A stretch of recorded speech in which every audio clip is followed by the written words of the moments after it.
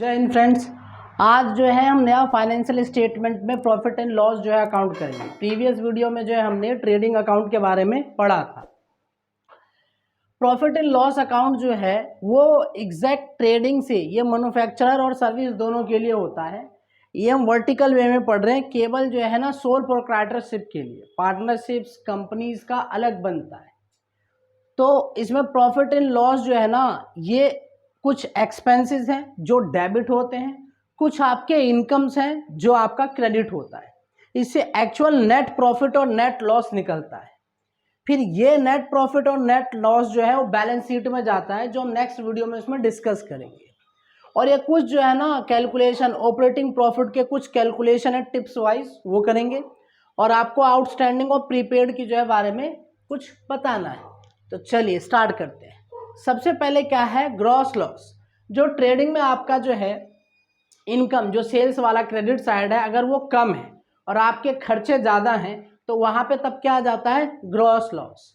और अगर आपका क्रेडिट साइड, सेल्स की तरफ जो आइटम्स हैं वो ज़्यादा है जिसकी वैल्यू, तब आता है ग्रॉस प्रॉफिट। तो ग्रॉस प्रॉफिट डेबिट में आता है, तो डेबिट से क्रेडिट होता है, क्रेडिट से डेबिट होता है। ये दोनों चीज़ में कोई दिक्कत है। Next, salary. आप सैलरी वहाँ देते हैं वेजेस और यहाँ देते हैं सैलरी। सैलरी जो एडमिनिस्ट्रेटिव पर्पस या एक बिल्डिंग्स में जो हमारे लिए काम करते हैं उनको सैलरी देते हैं। इसमें दो केस एक फंस जाता है। एक कहता है सैलरी एंड वेजेस, तो सैलरी और वेजेस अगर होगा तो आपको इसी में डालना है। और अगर कह दे वेजेस एंड सैलरी, तब जो है ना वो चला जाएगा ट्रेडिंग में। थोड़ा सा जो है कंसेप्चुअल हो जाता है। जो पहले होगा वेजेस है, सैलरी साथ में है तो जाएगा ट्रेडिंग में, सैलरी और वेजेस है तो आ जाएगा P&L में। दिक्कत है? चल। रेंट पेड, आपने भाड़े पे कहीं किराए पे जो है कुछ लिया होगा अपने परमिसेस जहाँ पे आप काम करते हैं, ठीक है, उसके लिए। फिर आता है two printing and stationery. Printing, photocopy की मशीन्स, पेजेस आते हैं, उसके बाद जो है आपके बुक्स राइटिंग वाले आते हैं, काम तो चलेगा ही आपका। लिखावट, पेन, सब कुछ आता है। टेलीफोन, कंपनियों में, छोटे फर्मों में भी छोटे छोटे टेलीफोन लगे रहते हैं, वो वाले वाइवा वाले, जिससे आप कॉल करते हैं। नंबर 2 नीचे का है, नंबर 3 मैडम का है, सर का है, बॉस का है, मैनेजर का है। हर बार जा जाके पूछ नहीं सकते, जिससे क्या होता है, टाइम खराब होता है। तो इसलिए तो ये टेलीफोन, इंटरनेट तो आज के टाइम पे चाहिए ही चाहिए, और इंटरनेट का खर्चा तो होता ही है। अब जो जितना बड़ा फर्म होगा उसका इतना बड़ा इंटरनेट का खर्चा।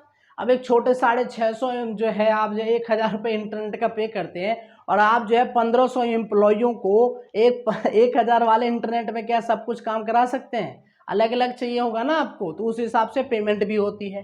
तो दोनों आ गया। इंश्योरेंस, आपने अपनी व्हीकल का, अपनी कंपनी का, अपने गुड्स का, किसी का भी इंश्योरेंस करा रखा होगा, तो ये भी खर्चा है आपके लिए, ठीक है। बिजनेस प्रमोशन, आप अपने बिजनेस को बढ़ाने के लिए, प्रमोट करने के लिए सैंपल, दूसरी चीजें भी बांटते हैं, एडवर्टीजमेंट कराते हैं, और भी बहुत सारे तरीके हैं। रिपेयर्स, कोई पार्ट्स, मशीन कुछ खराब हो जाता है तो उसको हर हमेशा जो है हर तीसरे क्वार्टरली में रिपेयर चलता रहता है। जैसे जो है पानी की मशीन हो गई या कुछ हो गया तो सब कुछ जो है चलता रहता है, तो वो रिपेयर्स, मेंटेनेंस भी आ जाता है। डेप्रिसिएशन, बताने की जरूरत नहीं है कि डेप्रिसिएशन क्या होता है, ये भी खर्चा ही है हमारे लिए, नुकसान, तो डेप्रिसिएशन यहाँ भी आता है। टू इंटरेस्ट, अब आपने कहीं से ब्याज लिया, लोन लिया हो या कहीं से किसी से पैसा लिया हो, तो उस पर आप इंटरेस्ट या ब्याज पे करते हो, तो वो भी आ जाएगा आपका, ठीक है। फिर बैंक चार्जेस, बैंक भी अपने मेंटेनेंस, एनुअली मेंटेनेंस चार्जेस काटता है। चेक के अमाउंट, करंट अकाउंट होगा तो अलग, बहुत सारे उनके भी चार्जेस होते हैं, तो उसके भी आ जाते हैं।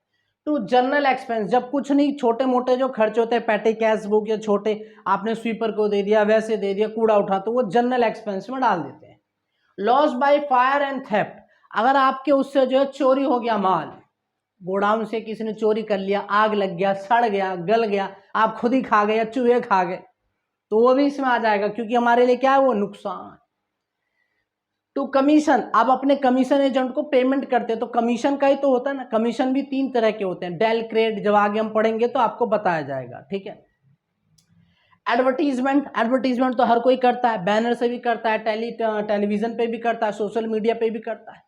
बिना जो एडवर्टीजमेंट के जो है हमारा बिजनेस तो टिक नहीं सकता। टिक सकता है? नहीं टिक सकता।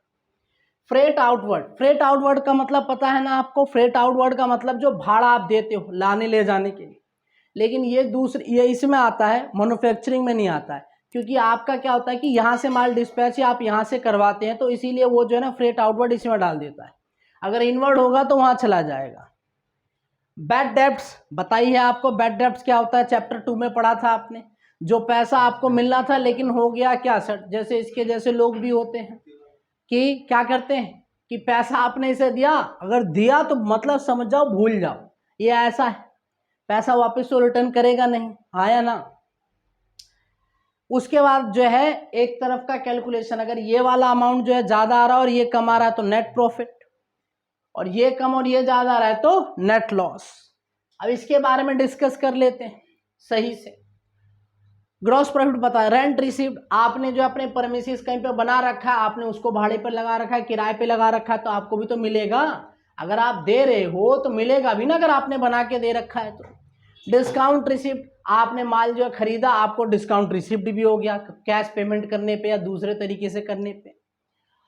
कमीशन अर्न, आपको कमीशन भी मिल रहा है कि भाई हम, मेरा बिजनेस ही है, मैं क्या करता हूँ कि भाई इतने पे, अगर इतने से ज़्यादा माल बेच दूंगा आपका मैं, तो आप मुझे जो है 2% दे देना, होता है कि नहीं होता है, तो कमीशन भी मिलता है। बैड डेब्ट्स, जो पैसे डूब गए, आपने इसे गुंडे भिजवा करके पैसे मंगवा लिए तो रिकवर्ड हो गए, कमीशन एजेंट या जो है रिकवरी वाले होते हैं। इन्वेस्टमेंट, इनकम फ्रॉम इन्वेस्टमेंट, पैसा आया आपने किसी जो है रियल एस्टेट या दूसरे उसमें जो है नए प्रोजेक्ट में लगा दिया तो इन्वेस्टमेंट है, वहां से भी आपकी इनकम ही है। मिसलेनियस, अगर कुछ इक्का दुक्का इधर उधर से घूम घमा के कुछ आ जाए, रेंट का या वो शेयर का कुछ भी आ जाए, तो सब कुछ किस में डाल देते हैं, मिसलेनियस इनकम इत्यादि कहते हैं। और ये होता है नेट लॉस। क्या होता है, दिक्कत है, ये हो गया वर्टिकल फॉर्मेट में। फिर उसके बाद आता है operating profit and calculation. Operating profit and operating profit जैसे यहीं से निकलेगा, जीपी में से ऑपरेटिंग एक्सपेंस घटा दो, जीपी में से net cell minus COGS minus operating expense, तो ऑपरेटिंग प्रॉफिट आ जाएगा। क्या आ जाएगा, ऑपरेटिंग प्रॉफिट। मतलब क्या होता है कि नेट प्रॉफिट में non operating expense minus non operating income. Non operating expense का मतलब क्या होता है, जो हमारे इस ऑपरेशन का पार्ट नहीं है बट खर्चा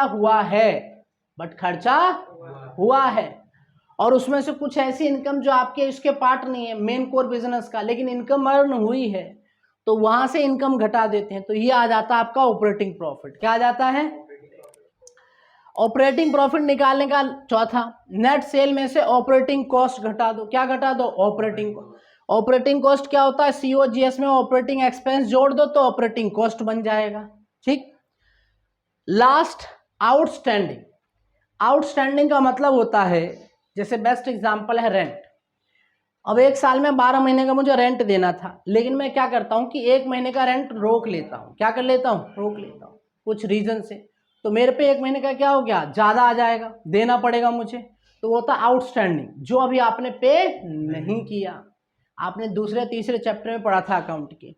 प्रीपेड भी वहीं पढ़ा था कि एडवांस में दे के रखते हो, तो आउटस्टैंडिंग क्या होता है, जाकर के अपने ही हेड में जुड़ जाता है और प्रीपेड अपने ही हेड में लेस हो जाता है। ठीक है, वो चीज है यहाँ पे आएगा, आगे जब हम बात करेंगे तब आएगा, ये दिक्कत है। नेक्स्ट वीडियो में हम जो है बैलेंस शीट के बारे में बात करेंगे।